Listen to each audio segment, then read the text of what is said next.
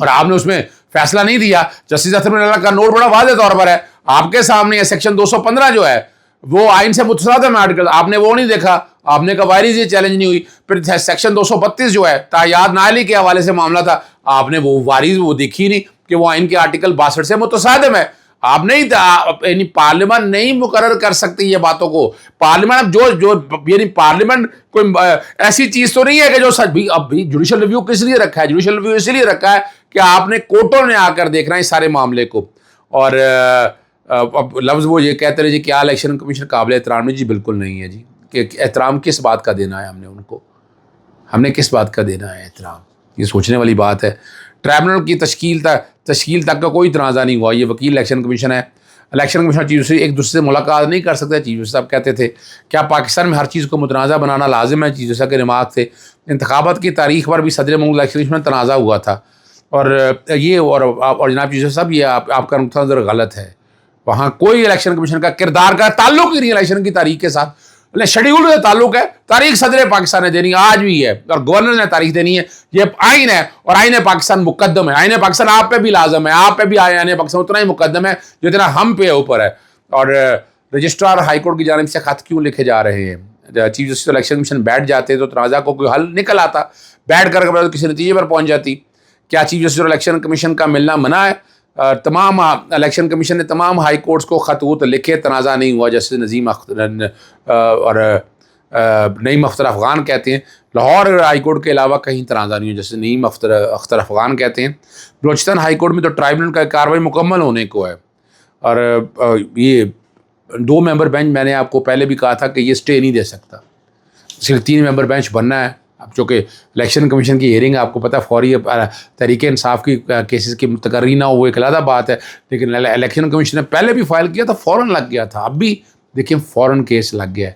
تو یہ سوال تو اٹھتا ہے نا چیف صاحب, آپ کہتے ہیں درخواست علی ہیئرنگ کی دیں, اور یہ آپ کے سامنے معاملہ آیا تھا, آپ نے فوراً ٹیک اپ کر لیا. اب اس پہ وہ کہتے ہیں کہ کوئی انا کا مسئلہ ہے. یہ جو بات کہی ہے میری خود سمجھ سے باہر ہے. میں اب آپ کے سامنے میں دوسری بات میں رکھ دیتا ہوں.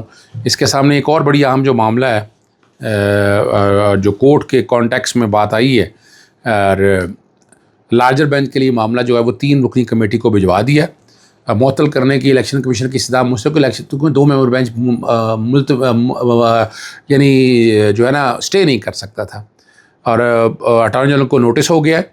پریکٹس اینڈ پروسیجر کمیٹی میں شامل 2 ججز اس وقت کراچی میں, جسٹس منیب اختر کراچی میں اور جسٹس سعید منصور علی شاہ سینئر ہیں, وہ لاہور کے اندر موجود ہیں.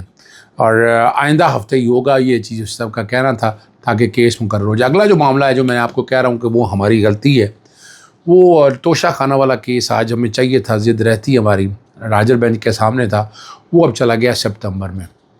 اور یہ بنیاد ہے, یعنی 137 کا سے 120 دن سے آگے آپ نہیں کر سکتے تھے. یہ معاملہ 120 دن سے تنازع آگے جانا نہیں چاہیے تھا, ختم ہونا چاہیے تھا, لیکن ختم نہیں ہوا یہ معاملہ. اور آج جسٹس شمس محمود مرزا کی کورٹ میں وہ الیکشن اسلام آباد ہائی کورٹ کے حوالے سے پھر سوال آ گیا. لیکن یہ کہ جب آئینی پروویژن ہے تو آئینی پروویژن کو سامنے رکھ کے ڈیسائیڈ کرنا ہے کہ 137 کا سٹیٹس کیا ہوگا. دوسرا جو معاملہ ہے سیکشن 215 104 جو اس کی وائریز چیلنج کی ہیں پاکستان تحریک انصاف کے بعد, یہ پاکستان تحریک انصاف نے ڈیلے کیا اس کے ہمارے دوستوں نے, کو مانے یا نہ مانے, میں تو اب بڑا کلیئر ہوں اس حوالے سے.